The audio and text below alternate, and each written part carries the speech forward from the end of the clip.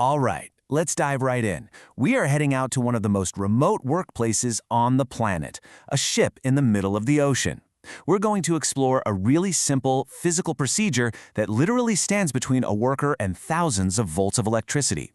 It's called lockout tagout, and out here, getting it right is a matter of life and death. You know, a modern ship is basically a floating city. It's got its own power plant with these huge generators and high-voltage systems running around the clock 24/7. They power everything from the engines that move the ship to the lights in the kitchen. And with all that power comes a whole lot of danger. And this is what changes everything. Out on the ocean, you can't just pick up a phone and call for help. There's no ambulance on the way. If something goes wrong, the crew are the first responders. There are the electricians, the engineers, and the paramedics, all rolled into one. Self-reliance isn't just a good idea, it's the only way to survive. Now, the dangers here are, well, they're sneaky. Of course, you've got the risk of a straight-up electric shock. But then there's something called an arc flash, and this is terrifying. It's a violent, explosive blast of energy that can be hotter than the surface of the sun. But maybe the most frightening danger of all is when the machine you're fixing suddenly, without any warning, just roars back to life. So how in the world do you keep people safe in an environment this risky? Well, the answer isn't some fancy, high-tech computer system. It's a brilliantly simple, totally physical procedure called lockout/tagout. Most people just call it LOTO for short. At its heart, LOTO is all about one thing: creating a bubble of complete and total safety. This isn't just about flipping a switch to the off position. No, it's about making it physically impossible for a piece of equipment to power up again until the work is done and everyone is clear.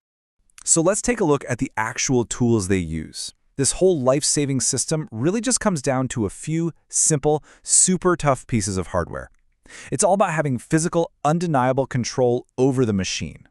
Okay, the most important tool by far is the personal padlock. Every worker gets their own, and they are the only person with the key.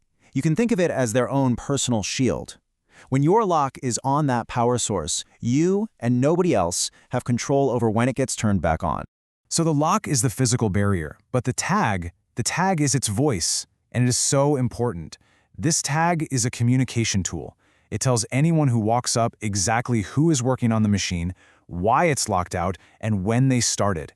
It completely gets rid of any dangerous guesswork. Right, so what if you have a whole team working on the same piece of equipment, say 3 electricians? How does that work? Well, that's where this clever little device, the HASP, comes in. It lets all 3 of those workers attach their own personal lock to the same power switch.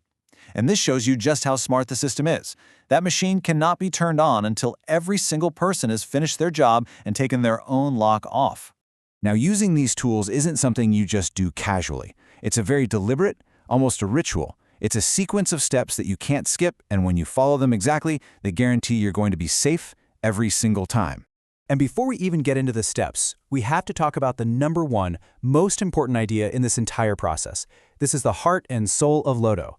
It's the philosophy of test before you touch. You never, ever, ever assume a circuit is off. You have to prove it. Okay, so here's the ritual itself. Step 1, preparation. You find every single energy source connected to that machine. 2, shut down. You just turn off the equipment using its normal controls. 3, isolation. This is key. You physically disconnect it from the power, usually by opening a circuit breaker. 4, lockout and tagout.